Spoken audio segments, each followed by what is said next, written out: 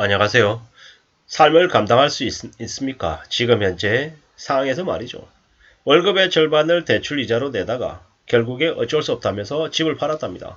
뭐 그래도 지금 집을 팔아서 처분할 수 있다라고 하면 참 다행이라고 생각해야 됩니다. 저는 그렇게 생각을 합니다. 왜냐?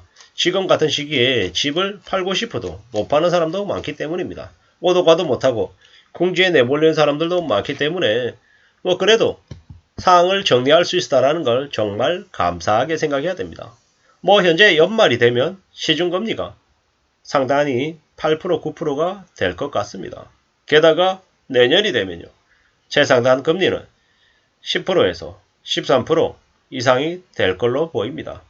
영끌한 사람들이 감당할 수 있는 수준이 될까라고 생각해 보면 매우 의심스럽다라는 거죠. 되고 몰라갈 것 같습니다. 미래소득까지 감안해서 미리 땡겨서 대출을 받은 거잖아요. 근데 그게 별일 없이 앞으로 그들이 생각하는 것처럼 10년, 20년, 30년 계속 쭉 이렇게 흘러갈 수 있겠냐?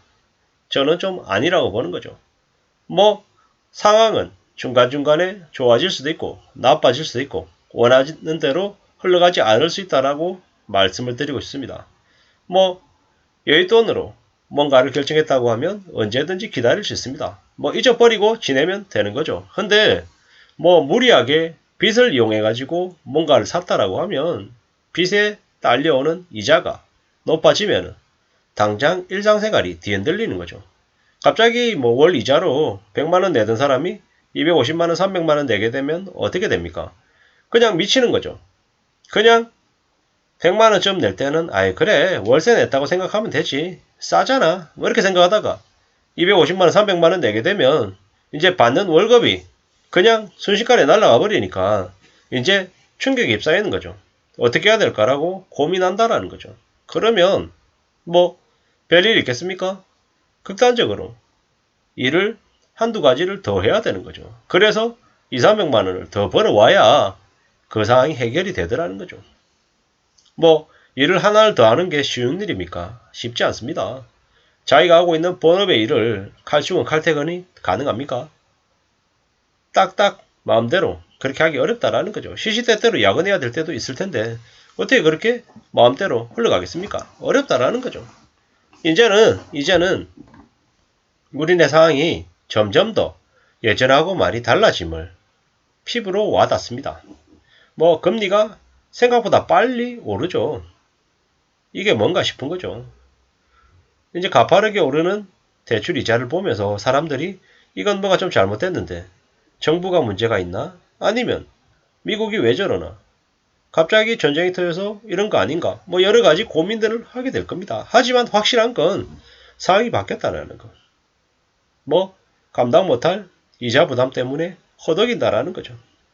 이제 세상이 바뀐 거죠. 빚 내면서 산다라는 건 인생의 답을 없애는 거하고 똑같습니다. 빚내면 난리가 나는 시대가 이제 된 거죠. 앞으로 한 5년간 이자는 계속 오릅니다. 뭐 대기업들이 왜 그동안 부동산을 정리하고 현금으로 비축해 놨을까요? 그걸 잘 생각해 봐야 된다는 거죠. 이래저래 많은 사람들이 이번 시즌에 걸려든 것 같습니다. 우리가 함부로 전문가나 유명하다고 이야기하는 사람들의 말을 믿어서는 안 되겠습니다. 그러한 사람들은 대부분 다 업계의 대변인, 업계에서 돈을 주고 고용한 사람들일 가능성이 큽니다.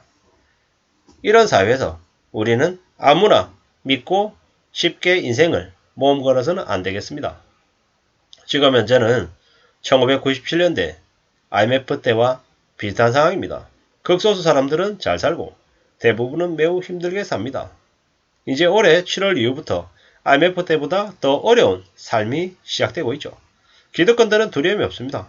재벌이나 정치 기득권들이나 그들은 위기가 터지면 대려 자산을 더 싸게 취득할 수 있는 기회라고 생각합니다.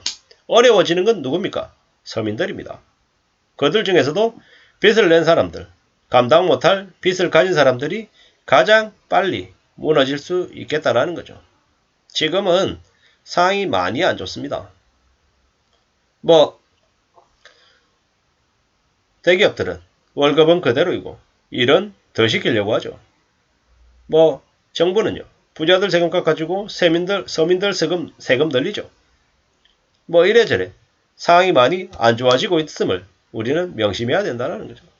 지금의 삶을 감당하기가 많이 어렵습니다. 많이 어렵고 많이 힘듭니다. 뭐 이래저래 많이 어려운 현실. 뭐 이래저래 절박하면 100시간씩 일하라고 조장을 하고 있죠. 빚진 사람들에게는 100세까지 일하라고 그냥 강요하는 거죠. 앞으로 생산인력 줄어들어도 노동자들에게 2배로 일을 시키겠다라는 게 그들의 생각입니다. 삶을 어떻게든 안전하게 유지하려고 애써야 됩니다. 부채로 만든 성장은 절대로 유지되기가 어렵습니다. 빚쟁이로 전락시키고 임금 착취하고 노동을 착취합니다. 기득권들은 마피아 범죄 집단입니다. 그들의 손아귀에 걸려들지 않게끔 애써야 됩니다. 무서운 일들이 도처에서 벌어지고 있습니다. 뭐 앞으로 배고프고 힘들면 어떤 일이 벌어지겠습니까? 식량 부족 시대에 우리의 삶이 안 좋아지는 건 당연합니다. 쓸 돈은 없고 은행에 갖다 줘야 될 돈은 더 많아지고 이러면 사회가 어떻게 되겠습니까? 많이 삭막해지는 거죠. 많이 어려워지는 거다라는 거죠. 이래저래 많이 몸살을 앓고 있는 게 현실입니다.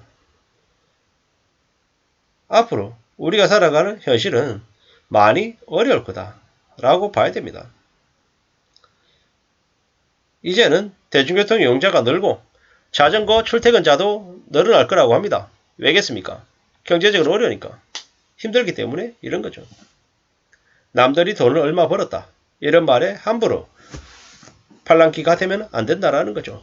남들이 돈 벌었다고 하면 배 아파하지 말고 축하해주고 또 그들에게 그냥 그들의 복이 됐구나라고 생각하고 끝내야 된다라는 거죠. 나도 그렇게 되고 싶다라고 욕심부리고 탐내다 보면 나의 삶이 무너질 수 있다는 거죠. 세상 살아가는 게 쉽거나 만만하지 않습니다. 그런 쉽게 뭔가를 이루겠다라고 욕심부리는 순간 쉽게 추락할 수 있습니다. 내게 소중하면 남에게 소중하고 나의 삶의 자존심을 지키고 잘 유지시켜야 되겠다라는 거죠. 그것만으로도 우리는 잘 살 수 있는 길을 선택한 거다라고 봐야 되겠습니다. 허영과 자만심이 인생을 망가뜨립니다. 물가는 오르고 금리도 오르고 사람들은 소비를 극단적으로 줄여야지만이 살 수 있습니다. 다른 길이 없다라는 거죠. 그동안의 저금리 때문에 너무 여유롭게 살았습니다. 근데 이제는 저금리 시대가 저물어가고 있습니다. 점점 현실을 받아들여야 된다는 거죠. 우리가 좀 더 잘 지내기 위해서는 우리가 좀 더 책임감 있게 움직여야 된다. 좀 더 현실성 있게 삶을 내다봐야 된다. 라는 말씀을 드리고 싶습니다. 이상입니다.